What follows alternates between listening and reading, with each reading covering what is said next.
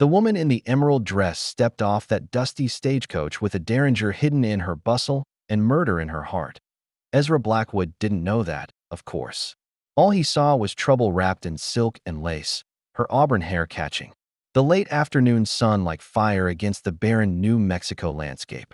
He'd been tracking the Cassidy gang for 3 weeks, following their trail of blood and broken dreams across the territory, and his gut told him they'd strike this very stretch of road before nightfall. The woman, Miss Catherine Hartwell, according to the driver's manifest, moved with a peculiar grace. Not the careful steps of a lady used to rough terrain, but the measured stride of someone who'd learned to navigate dangerous ground.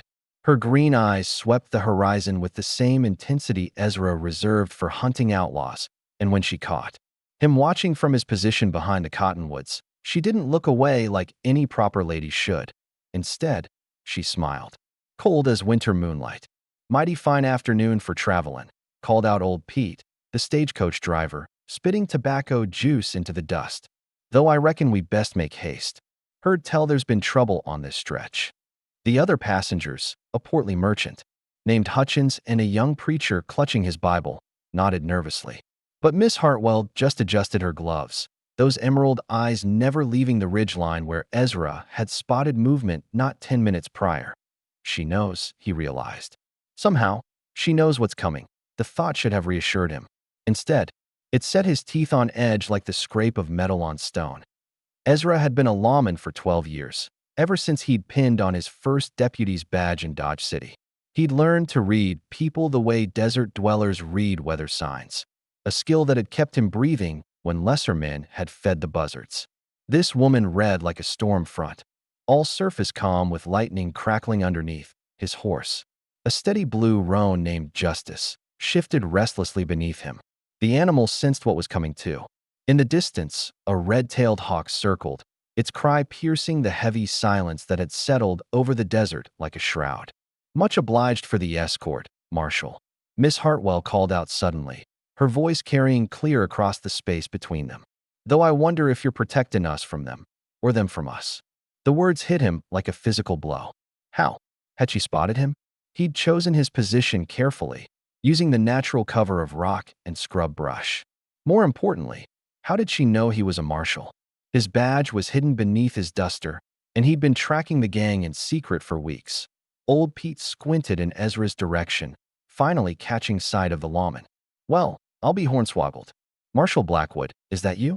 What brings you to this godforsaken stretch of nowhere?"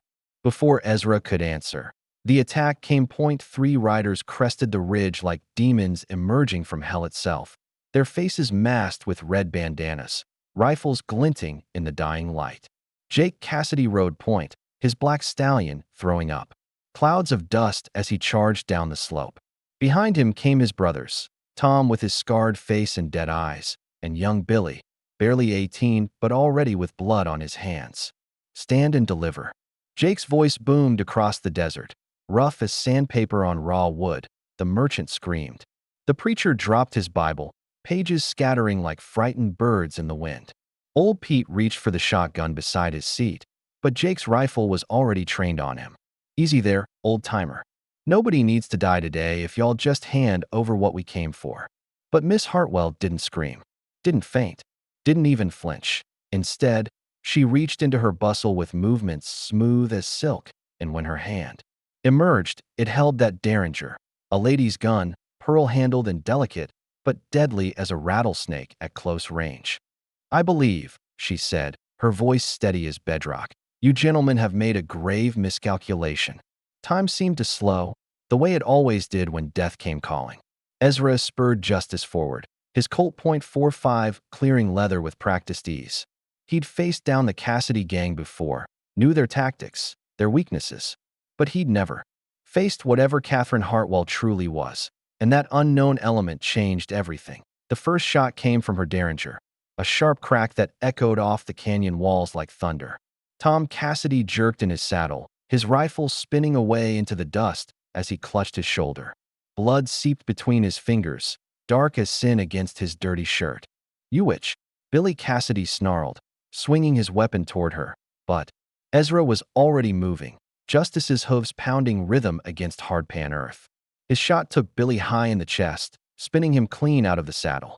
The young outlaw hit the ground hard and lay still, his dreams of easy money bleeding out into the desert sand. Jake Cassidy cursed, his black stallion rearing as he fought to control the animal and aim his rifle simultaneously. The merchant was sobbing now, great gasping sounds that seemed to steal oxygen from the air itself. Old Pete had found his shotgun and was trying to bring it to bear, but his hands shook so badly he could barely hold the weapon. Through it all, Miss Catherine Hartwell stood calm as a statue, her derringer steady in her grip, emerald eyes fixed on Jake Cassidy with the intensity of a predator studying prey. "You're not here for their money," she said, and her words carried a certainty that made Ezra's blood run cold. "You're here for me." But as Jake Cassidy's weathered face split into a grin behind his bandana, Ezra realized the deadliest person on that desert road might not be the outlaw at all. Jake Cassidy's laugh was like gravel grinding under wagon wheels. Well, little Catherine finally decided to show her true colors.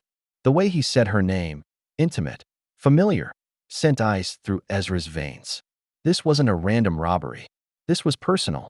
"Hello, Jake," Catherine replied, her voice carrying the weight of shared history. "You're looking poorly. Prison food not agreeing with you. 3 years in Yuma Territorial Prison, thanks to you." Jake's rifle never wavered, but his attention had shifted entirely to the woman in emerald silk. 3 years of bread and water, thinking about what I'd do when I got out. Tom Cassidy had managed to stop the bleeding in his shoulder, his face pale, but his eyes burning with hatred. "She's the one, Jake. The one who sold us out to the law." The pieces clicked into place in Ezra's mind like bullets sliding into a cylinder. Catherine Hartwell wasn't just a passenger. She was an informant. Maybe worse. "Now that's not entirely fair," Catherine said, adjusting her grip on the derringer. "I merely provided Marshall Thompson with information about your planned robbery of the Tucson Bank. What you gentlemen chose to do with that information was entirely your own decision." The merchant had stopped sobbing, apparently realizing that the drama unfolding before him was far more complex than a simple highway robbery. The preacher clutched his scattered Bible pages, muttering prayers under his breath. Old Pete kept his shotgun ready, but his weathered face showed the confusion of a man caught in currents beyond his understanding. Ezra remained mounted, his position giving him the advantage of height and mobility, but the crossfire of old grievances made any move dangerous. One wrong step and innocent blood would soak into the desert sand. "Information," Jake spat. "You mean lies. You wormed your way into our confidence, shared our beds, learned our secrets, then sold us to the highest bidder." "I shared no one's bed," Catherine replied coolly, though Ezra caught the slight tightening around her eyes. "And the Marshall Thompson paid me exactly $50 for information that saved a dozen innocent lives. Hardly a king's ransom." The desert wind picked up, whistling through the sage and tumbleweeds, carrying with it the scent of rain that might never come. Ezra's horse stamped impatiently, sensing the tension crackling between humans like electricity before a storm. $50, Tom Cassidy snarled. "For 3 years of our lives." "For 3 years of justice," Catherine corrected. "Though I suppose you wouldn't recognize justice if it bit you on your considerably large backside." Despite the danger, Ezra found himself fighting a smile. The woman had sand. He'd give her that. Jake's face darkened behind his bandana. "Always had a smart mouth, didn't you? Well, let's see how smart you feel when what?" Ezra interrupted, his voice carrying the authority of 12 years behind a badge.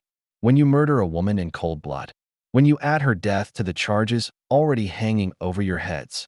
"Marshall Blackwood," Jake said, as if noticing him for the first time. "Heard you've been tracking us. Wondered when you'd show yourself. Been tracking you since Albuquerque. You boys left quite a trail. Nothing you can prove in court. Got witnesses say otherwise. The bank job in Santa Fe. The stage robbery outside Las Cruces. And now this." Ezra's Colt remained steady, trained on Jake's center mass. "Getting sloppy. In your old age, Jake." "Maybe so, but I ain't leaving here without settling accounts with Miss Catherine." The woman in question had remained remarkably calm throughout the exchange, but Ezra noticed her free hand had moved to her skirt pocket. Another weapon? Or something else entirely? Accounts, she mused. An interesting choice of words, considering. You still owe me $20 from that poker game in Tombstone. This ain't about poker money, and you know it. No, Catherine agreed, her voice dropping to barely above a whisper. This is about your brother. The temperature seemed to drop 10 degrees. Tom Cassidy's face went white as bleached bone, and even Billy, who Ezra had thought was unconscious, stirred in the dust, groaning. You leave Charlie out of this, Jake warned, but his voice had lost its menace, replaced by something rawer. Pain, maybe, or fear. Charlie's been out of it for 3 years now, Catherine replied. Ever since that job went wrong. Ezra's mind raced. He knew the Cassidy brothers, Jake, Tom, and young Billy. But there'd been rumors of a fourth brother, one who died during a robbery gone bad. The details had always been murky, conflicting reports from witnesses who'd seen too much violence to think clearly. You want to know what really happened that night in Tombstone, Marshall? Catherine called out, never taking her eyes off Jake. Ask Jake here about the silver mine payroll. Ask him about the guard who tried to surrender. Shut your mouth, Jake snarled, but his rifle was shaking now. Ask him about Charlie Cassidy, barely 16 years old, crying because he didn't want to shoot an unarmed man. Ask him about the bullet that ended Charlie's crying forever. The silence that followed was deafening. Even the desert wind seemed to hold its breath. It was an accident, Tom whispered. Was it? Catherine's voice was sharp as a blade. Or was it easier to silence a conscience than deal with the inconvenience of a brother who'd grown a moral backbone?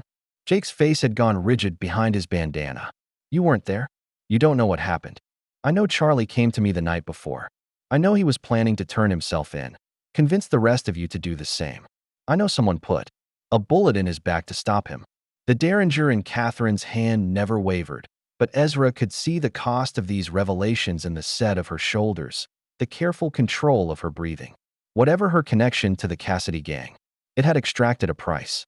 And I know, she continued, that Jake Cassidy would rather see his youngest brother dead than admit he'd raised a boy with more honor than the rest of them combined. The attack, when it came, was swift and brutal. Jake spurred his horse forward, rifle blazing, but his shots went wide, whether from grief or rage, Ezra couldn't tell. Tom tried to follow, but his wounded shoulder made him clumsy. His aim off, Ezra's response was automatic, trained into him by years of facing down desperate men. His first shot took Jake's horse in the chest, sending both horse and rider tumbling into the dust. His second caught Tom in the leg, dropping him from his saddle with a scream of pain. But it was Catherine who ended it. She moved like smoke, flowing across the ground with deadly grace. As Jake struggled to his feet, she was there, her derringer pressed against his temple. For Charlie, she whispered and pulled the trigger. The echo of the gunshot seemed to go on forever, bouncing off canyon walls and rolling across the desert. Like thunder, Jake Cassidy pitched forward into the dust, his blood darkening the sand beneath him. Tom was crying now, great gasping sobs that seemed to come from somewhere deeper than grief. Billy had lost consciousness again, his breathing shallow but steady. The merchant had fainted outright, and the preacher was praying loud enough to wake the dead. Catherine stood over Jake's body, the smoking derringer still in her hand, her emerald dress somehow still pristine despite the violence that had swirled around her. Miss Hartwell, Ezra said carefully, dismounting from Justice and approaching her slowly. I'm going to need you to put down that weapon. She looked at him then, and he saw something in her eyes that made his breath catch. Not madness, not bloodlust, but a profound weariness that seemed to age her a decade in the space of a heartbeat. Of course, Marshall, she said, and handed him the derringer with steady hands. Though I believe you'll find that Jake Cassidy was wanted dead or alive. The territorial governor posted a $500 bounty on his head just last month. Ezra took the weapon, noting its weight, its craftsmanship. This wasn't some lady's protection piece bought from a general store. This was a professional's tool, well-maintained and perfectly balanced. Who are you? He asked quietly. Catherine smiled, but it didn't reach her eyes. Just a woman trying to make her way in an unforgiving world, Marshall. Same as any other. But as she turned to comfort the traumatized passengers, Ezra caught sight of something that made his blood run cold. There, barely visible beneath the high collar of her dress, was the edge of a scar. Clean, precise, professional, the kind of scar left by a hangman's noose. The town of Bitter Creek squatted in the desert like a scab on the landscape, its weathered buildings offering precious little comfort but the promise of shelter for the night. Ezra had decided to make camp there rather than risk traveling the mountain passes in darkness, especially with wounded prisoners and rattled passengers. Catherine Hartwell had ridden the final miles in silence, perched beside old Pete on the driver's seat with her hands folded primly in her lap, for all the world looking like a Sunday school teacher rather than a woman who'd executed a man in cold blood not 4 hours past. The Bitter Creek jail was little more than an adobe shack, with iron bars, but it would hold Tom Cassidy until the circuit judge arrived. Billy had been taken to the town's only doctor, his wound serious but not fatal. He'd lived to stand trial, which was more mercy than his victims had received. "Room for 2 at the boarding house," announced Mrs. Kowalski, the proprietress, wiping flour-dusted hands on her apron. "Though I'll warn you, the walls are thin and Senor Martinez snores something fierce." "Much obliged, ma'am," Ezra replied, tipping his hat. "The lady will take 1 room. I'll bed down at the jail, keep an eye on the prisoner." Catherine looked up from where she'd been studying the wanted posters nailed to the jail's outer wall. "That won't be necessary, Marshal. I'm perfectly capable of securing my own accommodations." "I'm sure you are, Miss Hartwell. But seeing as how you're a material witness to today's events, I'd prefer to keep you close." Something flickered in her green eyes. Amusement, perhaps, or challenge. "Are you placing me under arrest, Marshal Blackwood?" "Should I be?" The question hung between them like smoke from a gunfight. Mrs. Kowalski cleared her throat nervously, clearly sensing the undercurrents she didn't understand. "Well then," the older woman said briskly, "I'll just show Miss Hartwell to her room, shall I? Supper's at 6 sharp. We don't hold plates for latecomers." Catherine followed the boarding house proprietress without another word, but Ezra felt her gaze on him like a physical touch. He waited until they disappeared inside before allowing himself to breathe properly. "What the hell are you doing, Blackwood?" he asked himself. "She's a witness, maybe an accomplice. Certainly not someone you should be thinking about the way you're thinking about her." But those green eyes haunted him as he settled Tom Cassidy into his cell, as he cleaned and oiled his weapons, as he made his rounds through the small town.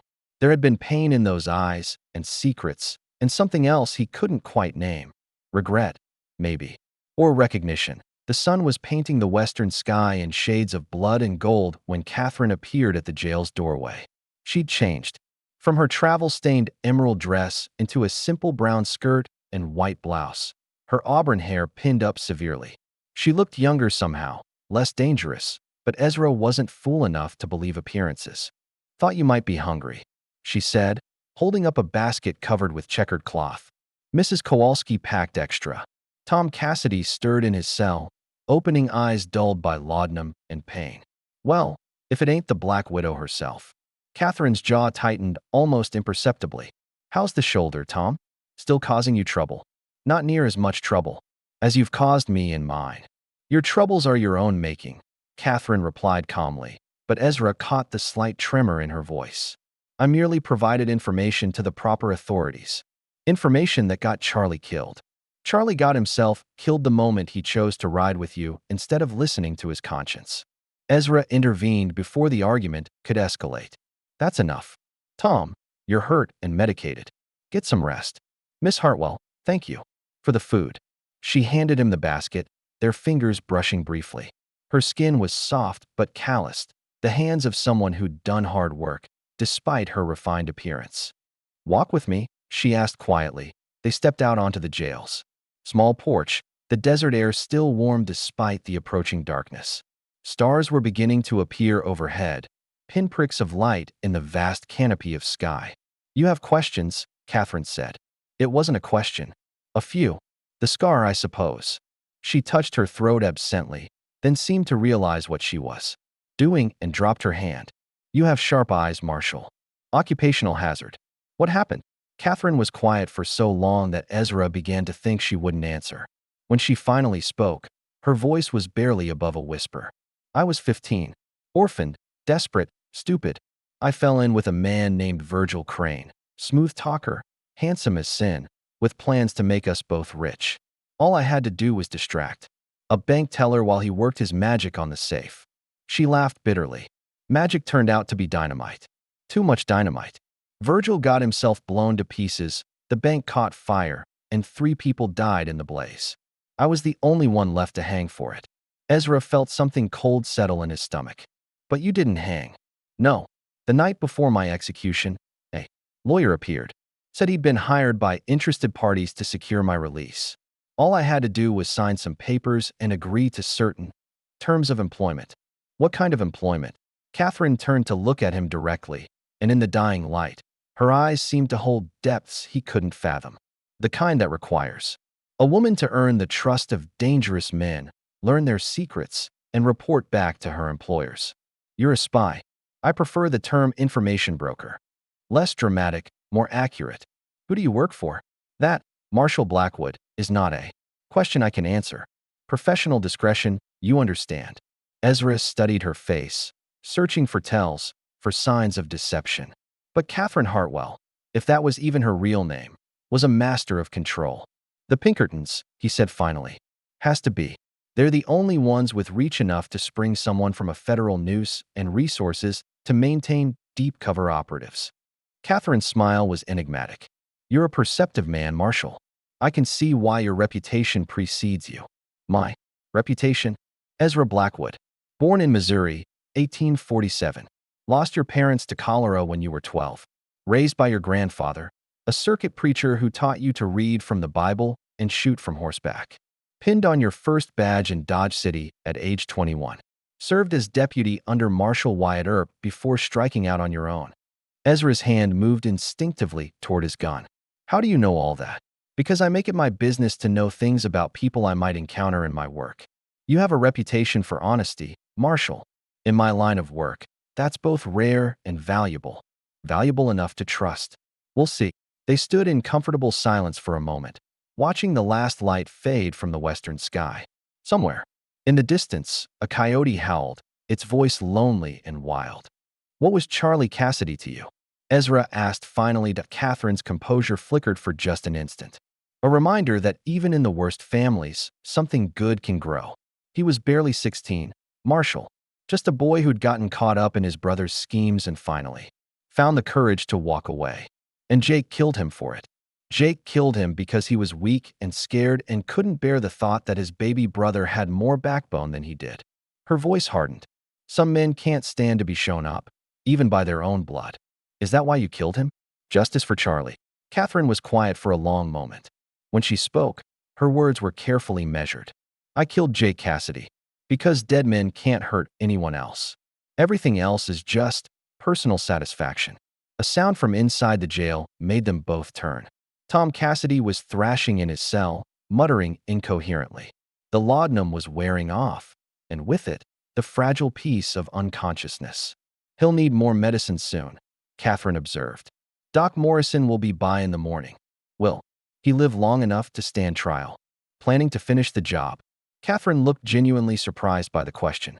Marshall Blackwood, I may be many things, but I'm not a cold-blooded killer. Tom Cassidy will face justice in a courtroom, same as any other criminal. And Billy's young enough to learn better if he's got the sense God gave a goat. Prison might make a man of him, or it might harden him into something worse. That's his choice to make. Ezra found himself believing her, despite every instinct that told him to be wary. There was something about Catherine Hartwell that called to him. Not just her beauty, though she was undeniably beautiful, but her complexity. She was a puzzle he wanted to solve, a story he wanted to understand. What happens now, he asked. Now, you take your prisoners to Santa Fe for trial. I continue on to California, where I have business waiting. What kind of business? The kind that pays well and asks few questions. She moved closer, and he caught the scent of her, soap and leather, and something indefinably feminine. But first, we have tonight. The words hung between them, loaded with possibility and danger in equal measure in the gathering darkness. As Tom Cassidy's fevered mumblings grew louder and more urgent, Catherine reached into her skirt pocket and withdrew something that made Ezra's blood turn to ice. A telegram, dated just that morning, with 5 words that changed everything. Catherine Hartwell is compromised. Eliminate. The telegram crackled like dry leaves in Catherine's trembling fingers. Ezra's hand was on his gun before conscious thought could intervene, but she made no move to flee or fight. Instead, she simply stood there, staring at the words that had just sentenced her to death. "How long have you known?" she asked, her voice steady despite the pallor that had drained the color from her cheeks. "Known what? That they were coming for me." She looked up at him, and he saw something breaking behind those green eyes. "You're very good, Marshall. I almost believed you were just another lawman doing his job." "Catherine, I don't know what that telegram says, but don't." The word came out sharp as a blade. "Don't lie to me. Not now. Not after." She gestured helplessly at the space between them, at whatever had been growing there in the desert silence. Ezra moved closer, his hands spread wide to show he meant no harm. "Let me see it." She handed him the telegram with a bitter laugh. "Why not? Dead women tell no tales, after all." He read the 5 words that had shattered her composure, and felt something cold and terrible settle in his chest. "Catherine, I swear to you, I had nothing to do with this." "Didn't you?" Her voice was soft, dangerous.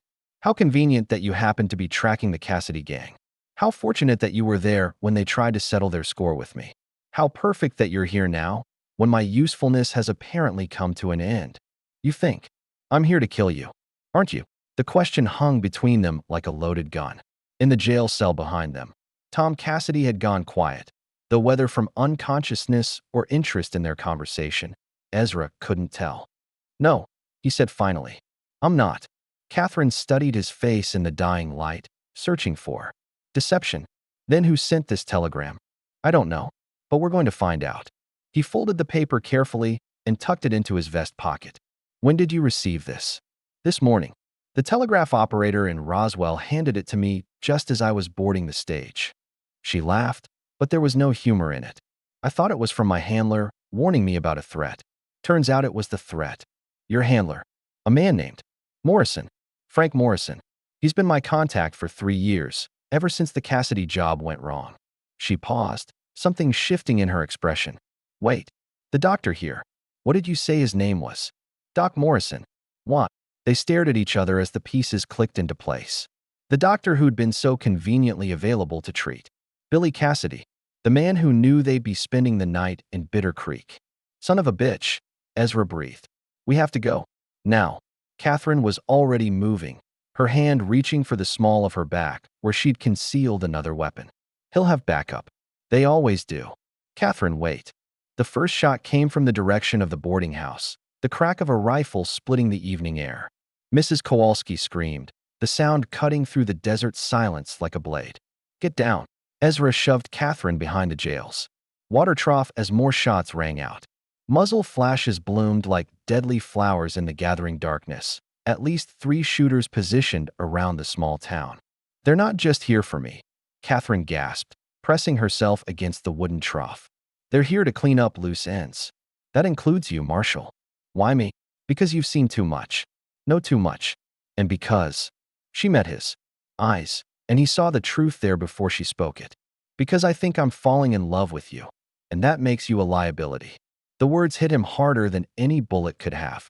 In the middle of a gunfight, with death closing in from all sides, Catherine Hartwell had just torn down the last wall between them. "Catherine, later," she said, and her voice had changed, become harder, more focused. "Right now, we survive. Then we can talk about feelings." She rose from behind the trough with fluid grace, a Colt .45 in her hand, not the lady's Derringer from earlier, but a serious weapon, well-maintained and deadly. Her first shot took down the rifleman positioned behind the general store, the man's cry of pain echoing off the buildings. "Where the hell did you get that gun?" Ezra demanded, his own weapon barking as he returned fire.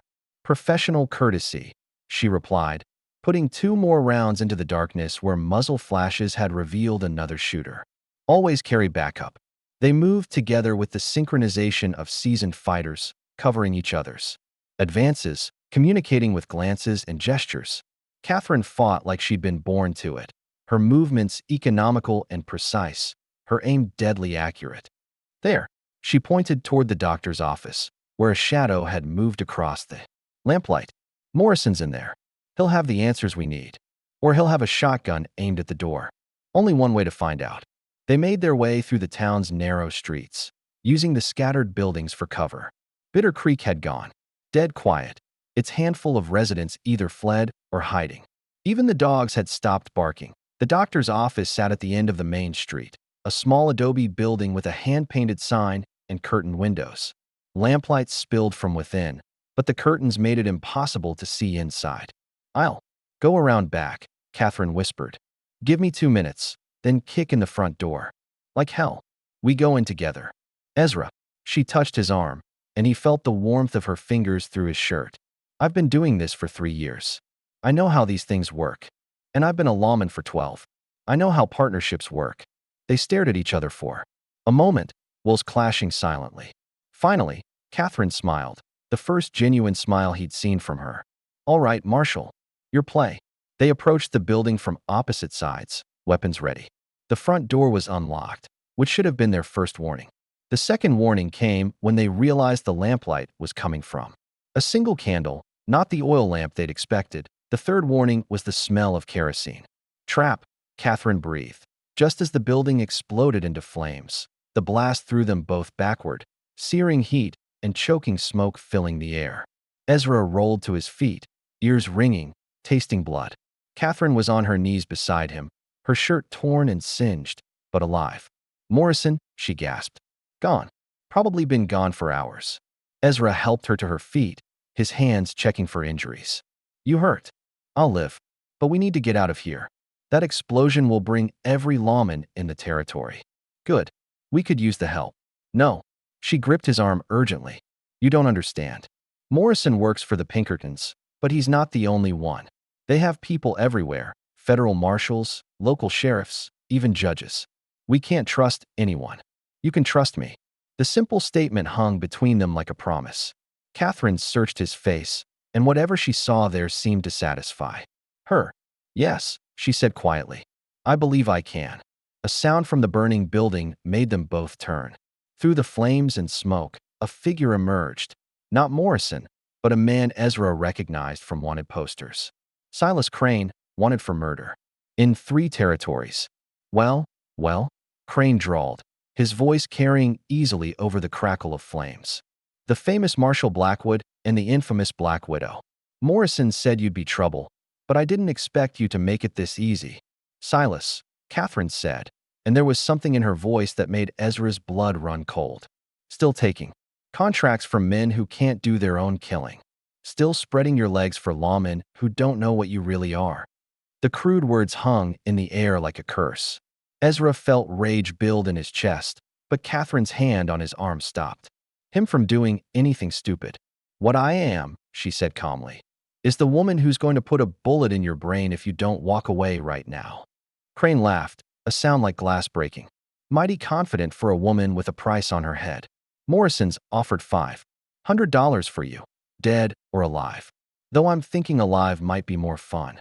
"Morrison's dead," Catherine lied smoothly. "Burned up in his own trap. Which means there's no one left to pay your blood money." For just a moment, uncertainty flickered across Crane's face. That moment was all Catherine needed. Her shot took him center mass, spinning him around and dropping him into the dust. He tried to raise his gun, but Ezra's bullet finished what Catherine had started. $500, Ezra said, helping Catherine reload her weapon. "You're worth more than I thought." "Flattery will get you everywhere, Marshall." They were interrupted by the sound of hoofbeats, multiple horses riding hard. In the distance, dust clouds marked the approach of what looked like a full posse. "Friends of yours?" Catherine asked. Ezra squinted into the darkness, making out the silhouettes of at least 8 riders. "Too many to be friendly. We need to move." "Where?" "They'll have the whole territory locked down within hours." "I know a place. Old mine shaft up in the mountains. We can hole up there, figure out our next move." Catherine nodded, then suddenly swayed on her feet. Ezra caught her, and his hand came away bloody. "You're hit. Just a graze. I'll be fine." But she wasn't fine. The bullet had carved a furrow along her ribs, and she was losing blood faster than she wanted to admit.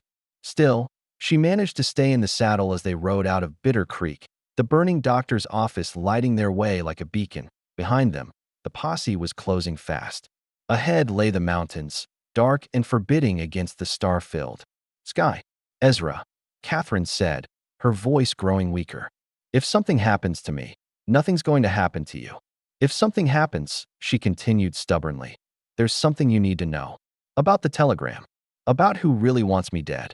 But before she could finish, her horse stumbled, and she pitched forward in the saddle, unconscious and bleeding. As the posse's shouts echoed through the desert night, and Catherine's life ebbed away in his arms, Ezra realized that saving her would require him to become something he'd never been before, an outlaw running from the very law he'd sworn to uphold. The abandoned silver mine clung to the mountainside like a scar, its timber supports weathered gray as old bones.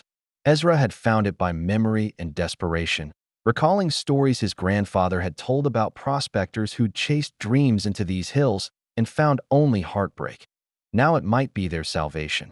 Catherine hadn't spoken in 2 hours, her breathing shallow as he carried her through the narrow tunnel that led to the main shaft. Blood had soaked through the makeshift bandage he'd torn from his shirt, and her skin was pale as moonlight. "Stay with me," he whispered, settling her onto his bedroll in the deepest part of the mine. "Don't you dare leave me now, Catherine Hartwell." Her eyes fluttered open, green as summer grass even in the dim light of his single candle. Not my real name," she whispered. "I don't care what your real name is." "Elizabeth." Elizabeth Rose McCready. She managed a weak smile. "Sounds like a Sunday school teacher, doesn't it?" "Elizabeth." He tested the name, found it fit her somehow. "Why did you tell me?" "Because if I'm going to die in your arms, you should know who I really am." "You're not going to die." He pressed his hand against her wound, trying to slow the bleeding. "I won't let you." Outside, the sound of horses and shouting men echoed off the canyon walls. The posse had followed their trail this far, but the mine's entrance was well hidden. For now, they were safe. Ezra, Catherine, Elizabeth gripped his hand with surprising strength. "The telegram. I need to tell you about the telegram." "Rest. We'll figure it out later." "No later. Listen to me." She struggled to sit up, and he saw the effort it cost her. "The Pinkertons didn't send that telegram. Look at it again. Really look." He pulled the crumpled paper from his vest, studying it by candlelight. The words were the same. "Catherine Hartwell is compromised. Eliminate." But now he noticed something he'd missed before. The telegram office stamp was from Denver, not Chicago where Pinkerton headquarters was located. "Denver," he said. Morrison was working for himself, selling information to the highest bidder. "When I started getting too close to the truth, when I began to suspect." She coughed, and flecks of blood stained her lips. "He decided I was more valuable dead than alive." "What truth?" The Cassidy gang wasn't just robbing banks and stages. They were laundering money for corrupt territorial officials. Morrison was the middleman, using his Pinkerton credentials to move dirty money through legitimate channels. The pieces fell into place with sickening clarity. "And you found out." "Charlie Cassidy told me. The night before he died. He'd overheard Jake and Morrison planning something big, a robbery that would net them enough money to disappear forever. But Charlie had figured out it wasn't really about the money. It was about eliminating witnesses. Including Charlie. And eventually, including me." Outside, the voices were getting closer. Ezra could make out individual words now, orders being shouted, plans being made. They had maybe an hour before the posse found the mine entrance. "We need to move," he said. "I'm not going anywhere on these legs, Marshall. But you can still get out of this." "Not without you." "Why?" The question came out soft, vulnerable. "Why risk everything for a woman you barely know?" He looked at her lying there, blood on her lips and starlight in her eyes, and realized the answer had been building inside him since that first moment on the desert road. "Because somewhere between that stagecoach robbery and right now, I fell in love with you. The real you. Elizabeth Rose McCready, Catherine Hartwell, or whatever name you want to call yourself. I love the woman who risked everything to save a 16-year-old boy's conscience. I love the woman who's been fighting corruption and injustice even when it meant living a lie." Tears traced silver tracks down her cheeks. "You can't love me, Ezra. You don't know what I've done. The people I've killed, the lies I've told. I know you tried to save Charlie Cassidy. I know you've spent 3 years gathering evidence against men who profit from other people's misery. I know you could have run when that telegram came, but you stayed to warn me." He cupped her face gently. "That's all I need to know." She kissed him then, soft and desperate and tasting of copper and hope. When they broke apart, her eyes were bright with unshed tears. "If we're going to do this," she said, "if we're really going to run together, you need to know what you're signing up for." Morrison wasn't working alone. There's a whole network of corrupt officials stretching from Denver to Santa Fe. Taking them down won't be easy or safe. Then we'd better get started. The sound of approaching footsteps echoed through the mine shaft. Ezra blew out the candle and drew his gun, but Elizabeth caught his wrist. "There's another way out," she whispered. "Old ventilation shaft about 50 yards deeper into the mountain. Comes out near the creek bed. Can you make it? With your help." They moved through the darkness like ghosts, Elizabeth leaning heavily on his arm, both of them listening for sounds of pursuit. The ventilation shaft was exactly where she'd said it would be, a narrow opening barely wide enough for a person to squeeze through. "How did you know about this?" Ezra asked as he helped her into the shaft. "I make it my business to know things, remember? Scouted this place 3 months ago when I first suspected Morrison was dirty." The climb out was agony for Elizabeth, but she never complained, never asked him to slow down. When they finally emerged near the creek, the eastern sky was showing the first pale hints of dawn. "Now what?" Ezra asked. "Now we disappear. I know people in California who can help us start over. New identities, clean papers, enough money to get established." "And the corruption?" "Morrison's network." Elizabeth smiled, and for the first time since he'd known her, it was a smile without shadows. "I've been gathering evidence for 3 years. Marshall, names, dates, bank records, correspondence. Everything we need to bring them down. But we'll do it from the outside, as private citizens rather than government agents. Outlaws. Reformed outlaws. There's a difference." 6 months later, they were standing in the garden behind their small house in San Francisco, watching the sun set over the Pacific Ocean. The newspapers were full of stories about the corruption scandal that had rocked the territorial government, about the network of officials who'd been arrested based on evidence provided by anonymous sources. Elizabeth, she'd kept the name, said it felt more like her than Catherine ever had, was tending to a small patch of desert roses she'd somehow coaxed to bloom in the California soil. Her wound had healed cleanly, leaving only a thin white scar to mark their desperate flight from Bitter Creek. "Any regrets?" she asked, not looking up from her flowers. Ezra considered the question seriously. He'd given up his badge, his reputation, his entire life as a lawman. He'd become something he'd never imagined being, a man who lived outside the law, who'd chosen love over duty. "Only one," he said finally. "What's that?" "I regret not kissing you that first day on the desert road." She laughed, the sound like water over stones, and rose to slip into his arms. "Well then, Marshall Blackwood, I suppose you'll just have to make up for lost time." As they kissed in the golden California twilight, surrounded by impossible roses, blooming in foreign soil, Ezra realized that sometimes the most beautiful things grew in the most unlikely places. Sometimes love meant choosing a different kind of justice. Sometimes the best endings were really just the beginning of something even better. The desert had taught them both to survive. But love had taught them how to live. In the distance, a ship's horn sounded across the bay, carrying dreams and possibilities on the evening wind. Tomorrow would bring new challenges, new adventures, maybe even new dangers. But they would face them together, these two unlikely lovers who'd found each other in the harsh beauty of the American frontier.